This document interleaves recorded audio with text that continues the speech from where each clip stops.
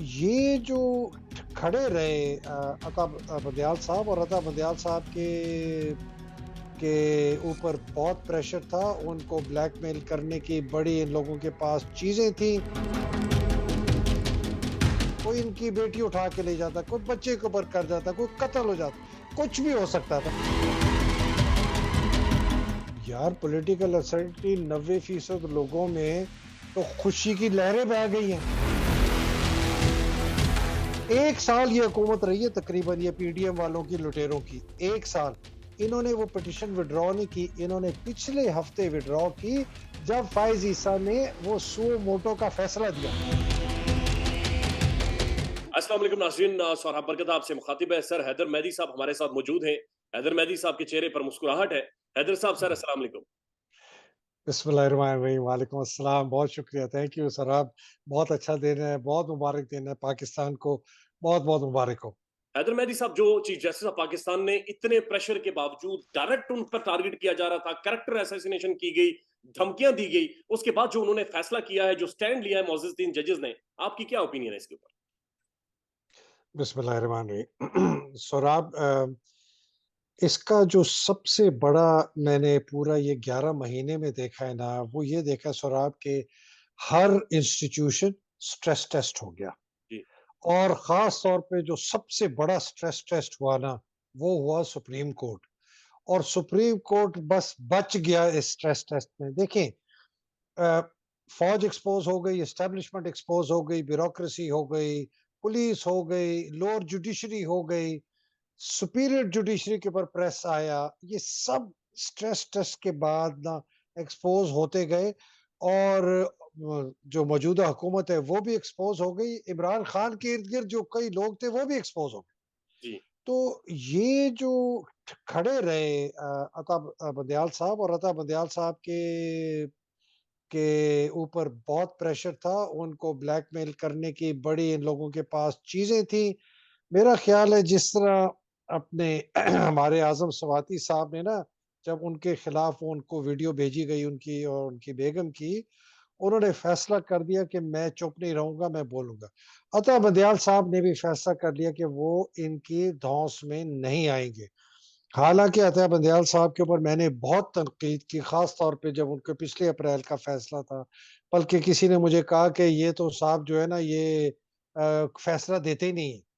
لیکن بڑی زبردست انہوں نے ثابت قدمی، اور میں کہتا ہوں کہ ان کی تو خیر بڑی جرت ہے. بیکاز یہ جرت کا ہے، اس لیے کہ جو ہم نے فیسزم اور دیکھی ہے پاکستان میں، جس طرح ارشد شریف کا قتل، ذل شاہ کا قتل، اعظم سواتی کے خلاف ٹارچر، جنرل امجد شوید کو اٹھا لیا، گل کے خلاف ٹارچر، یہ تھا، یہ ساری دہشت پھیلانے والا. تو عطا بندیال صاحب کو پتا تھا کہ کیا ہو سکتا ہے ان کے پاس، شاید ان سے ڈائریکٹلی نہ ہوتا، کوئی ان کی بیٹی اٹھا کے لے جاتا، کوئی بچے کے اوپر کر جاتا، کوئی قتل ہو جاتا، کچھ بھی ہو سکتا تھا. بیکاز یہ فری فار آل باجوہ نے اس ملک میں نا، بالکل یہ جو باجوہ نے لے کے آیا ہے، اس میں کوئی ٹھہراؤ نہیں آیا فیسزم میں. تو یہ بہت دلیری کی بات ہے. یہ کہنا آسان ہوتا ہے کہ سپریم کورٹ کے ججز کھڑے رہے. میں آپ کو بتاؤں، میں یہاں بیٹھا ہوں، میرے اوپر پوری ایک باقاعدہ ایک ہٹ آرڈر ہوئی ہے. میں یہاں بیٹھے ہوئے بڑا دائیں بائیں دیکھتا رہتا ہوں، خیال کرتا ہوں، یہ سب کچھ کرتا ہوں. جو پاکستان میں بیٹھے ہوئے لوگ ہیں، آپ سوچیں ان کے اوپر تو یہ بہت بڑی جیت ہے. تو عطا بندیال کو پرسنلی جو ہے نا، ان کی کریج کو سلام کرنا چاہیے. پروفیشنلی تو کریں گے ہی کریں گے کہ وہ آئین کے ساتھ کھڑے رہے، لیکن ان کی پرسنل کریج کے باوجود ان کو پتا ہے کہ وہ کتنے خطرے میں اپنے آپ کو ڈال رہے ہیں. یہ وہ لوگ ہوں جو سابق وزیر اعظم پاکستان کا سب سے بڑا جو مشہور پارٹی اور سب سے بڑی پارٹی اور سب سے پاپولر لیڈر ہے، اس کے اوپر انہوں نے 2 دفعہ قاتلانہ حملے کرائے. تو فل کریڈٹ ٹو ہم اینڈ دی ادر 2 ججز، منیب صاحب کو اور جسٹس اعجاز الحسن کو. لیکن جی جی جی جی جی جی، اچھا پلیز پلیز. سر، جی کیا آپ سمجھتے ہیں کہ جو نظریہ ضرورت ایک عرصے سے پاکستان کے اندر پروان چڑھ رہا تھا، وہ آج دفن ہو گیا ہے، یا کم از کم اس کا راستہ روک دیا گیا؟ یار اللہ کرے کہ وہ دفن ہو جائے، لیکن ہمارا معاشرہ اتنا عجیب ہے کہ کبھی بھی یہ جو ہے نا، اس کا پینترا بدل سکتا ہے. لیکن حالانکہ میں یہ ہسٹوریکل دیکھ رہا ہوں، لیکن جو پچھلے 11 مہینے میں ایک ہمارے قوم کی سوچ میں تبدیلی آئی ہے نا سوراب، جس کی وجہ سے سب لوگوں کے اندر ایک بہت نڈر پن آ چکا ہے، خوف ختم ہو چکا ہے۔ بچہ بچہ، لڑکیاں، ضعیف عورتیں، ضعیف مرد، جوان مرد پاکستان میں کھڑے ہو کے کھلے عام ویڈیو میں آپ لے کے جائیں، ان کے سامنے رکھیں، وہ ایسی باتیں کرتے ہیں جو کہ مطلب کہ میرے جیسا بندہ یہاں بیٹھ کے کرتا ہے تو لوگ کہتے ہیں آپ بڑے بہادر ہیں، میں کہتا ہوں میں بہادر نہیں بھائی، میرے سے زیادہ سخت باتیں ایک عام شہری پاکستان کا لڑکیاں، لڑکے، ضعیف عورت، آدمی، بزرگ ہر خطے سے کرتے ہیں، ان کو آپ دیں تو یہ خوف جو ٹوٹا ہے نا، اس کی وجہ سے مجھے لگتا ہے کہ اب وہ جو نظر ضرورت کے ماتحت جس قسم کے لوگ لیڈرشپ پوزیشنز میں آتے تھے نا جوڈیشری میں، یہ آہستہ آہستہ ختم ہو گیا۔ آپ یہ بس یاد رکھیں کہ بڑا وہ خوش دن تھا جب اس قسم کے ججز آ گئے، لیکن آپ دیکھیں 6 7 بینچ بھی ہے، اب یہ 15 کا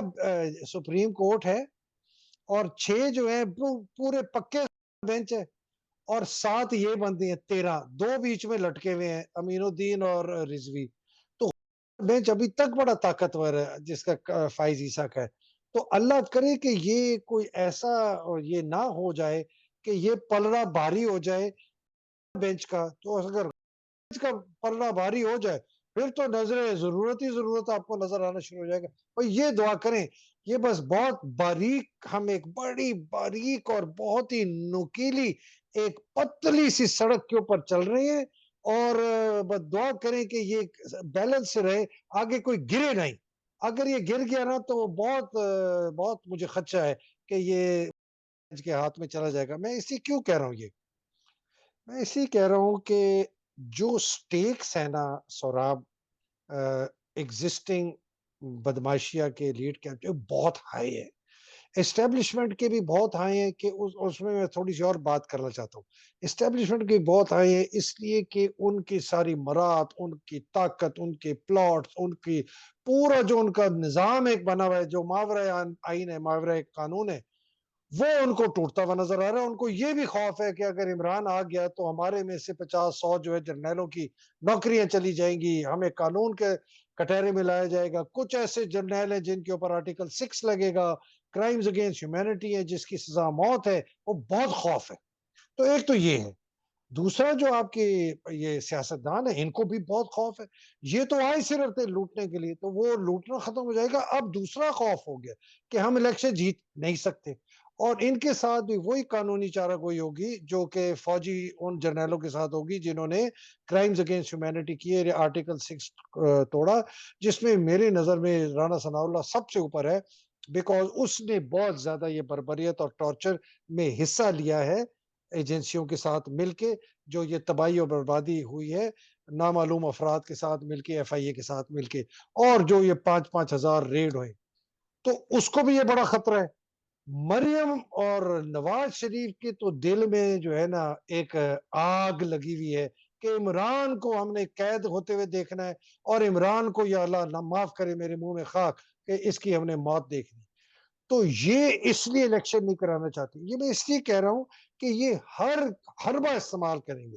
ان کے پاس جو سب سے بڑا حربہ ہے وہ یہ ہے کہ کسی طریقے سے عاصم منیر جو ہے نا وہ کسی طریقے سے مارشل ایمرجنسی لگا دے، اور ہمیں کسی طریقے سے سپریم کورٹ کی ویلیڈیٹی مل جائے، اپروول مل جائے کہ یہ ٹیکنوکریٹ، یہ 2 سال یہ کیئر ٹیکر ایکسٹینشن ایمرجنسی مل جائے۔ تو اس لیے یہ سارا ہلہ بول رہے ہیں اس کے اوپر سپریم کورٹ پہ، اور وہ چاہ رہے ہیں کہ کسی طریقے سے یہ ڈیلے ہوتا جائے سپٹمبر تک، کہ قاضی فائز عیسیٰ بن جائے چیف جسٹس، وہ پھر اپنے بینچ بٹھائے گا اور وہ کہے گا کہ جی یہ سو موٹو کے اوپر یہ ہے، اور یہ جی جو پچھلے 5 جج ہم نے لگائے تھے نا، جس کے اندر منیب اختر ہے، عائشہ ملک ہے، شاہد ہے، اور 2 اور جج ہیں، رضوی بھی ہے، یہ جی غیر قانونی طور پر آئے تھے، سینیورٹی بھی نہیں آئے تھے، ان کو ہم واپس ہائی کورٹس میں بھیجتے ہیں۔ اور پھر وہ جو ہے نا اپنے کینگرو کورٹ، اپنے غدار بینچ کے ججز کو لے کے آ کے، اور یہ 11 12 13 ججز کا بینچ جو ہے وہ ایک فائز عیسیٰ کا کورٹ بن جائے گا، ڈوگر کورٹ ٹائپ، اور اس سے جو مرضی فیصلے اس حکومت نے کروانے کرائے۔ تو یہ بہت بڑا خدشہ ہے۔ اور اس کے ساتھ جو ایک چیز مجھے اندر سے کسی نے بتائی ہے، لیکن اب پتہ نہیں اس میں کتنی صداقت ہے، وہ کہتے ہیں جی ان کے پاس ایک اور بھی چال ہے، یہ شاید الیکشن کمیشن سے نا استعفے دلوا دے۔ یہ الیکشن کمیشن نے کہیں کہ تو استعفے دے دو۔ الیکشن کمیشن استعفا دے دیا، اب نیا الیکشن کمیشن کو بنانے میں یہ ڈیلے کرتے جائیں گے، ڈیلے کرتے جائیں گے۔ اس میں سپریم کورٹ کیا کرے گا؟ سپریم کورٹ نامینیٹ کرے گا، نہیں کرے گا؟ اور یہ ڈیلے کرتے جا رہے ہیں، یہ بس آپ دیکھ رہے ہیں یہ چالیں کیسی چل رہے ہیں۔ جی تو آج جنگ کی اصل ابتدا ہوئی ہے، چونکہ پہلا وار جو ہے ان کے خلاف وہ سپریم کورٹ نے آئین کا اور قانون کا وار کیا ہے، کوئی غیر قانونی وار نہیں کیا۔ تو اب دیکھتے ہیں آگے چل کے کیا ہوتا ہے جی۔ سر، اس میں دو تین چیزیں ہیں۔ جس طرح سے آپ کہہ رہے ہیں کہ یہ ٹیکٹکس کھیل رہے ہیں کہ الیکشنز ڈیلے ہوں، سپریم کورٹ نے سختی سے کہا ہے کہ 10 دنوں کے اندر اندر 11 تاریخ کو یعنی کہ پیسے فنڈ جاری کرے اور election commission of Pakistan report دے۔ ساتھ ساتھ سر وہ جو ایمبیگوٹی تھی، جو ایک خاص میڈیا سیل کچھ خاص صحافی پھیلا رہے تھے، 4-3 کا بینچ تھا، 2-3 کا بینچ تھا، اسے بھی چیف جسٹس آف پاکستان نے آج ختم کر دی۔ بالکل۔